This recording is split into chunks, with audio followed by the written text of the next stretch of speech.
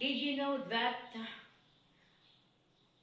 what is the reason why Blessed Mother, no, nagbaba dito sa sanlibutan ito? Dahil sa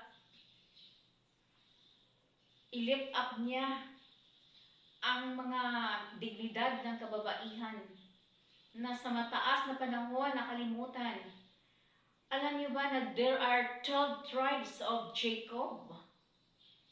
But behind that, there is a story na ang anak ni Jacob ay nagkaroon din siya ng anak na babae na si Dina.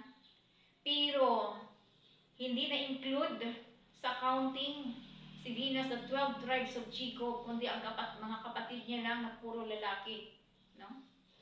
Kaya ngayon, dahil si Dina noong unang panahon sa Old Testament ay ginahasa, no? Ginahasa siya. Kawawa siya. At na-lower down ang dignidad ng mga babae. Kaya ngayon, nagbaba sa Blessed Mother sa sanlibutan ito para ma-lift up ang dignity ng mga kababaihan. And remember that this is a month of the month for the woman. Women's Month. Ika nga. Thank you at paglaban natin mga kababaihan sa buong universo.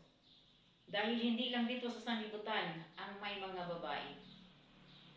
Sa iba ding mga dimensions, mayroong mga babae. Hindi man natin sila makikita, pero andyan sila. Andyan sila talaga.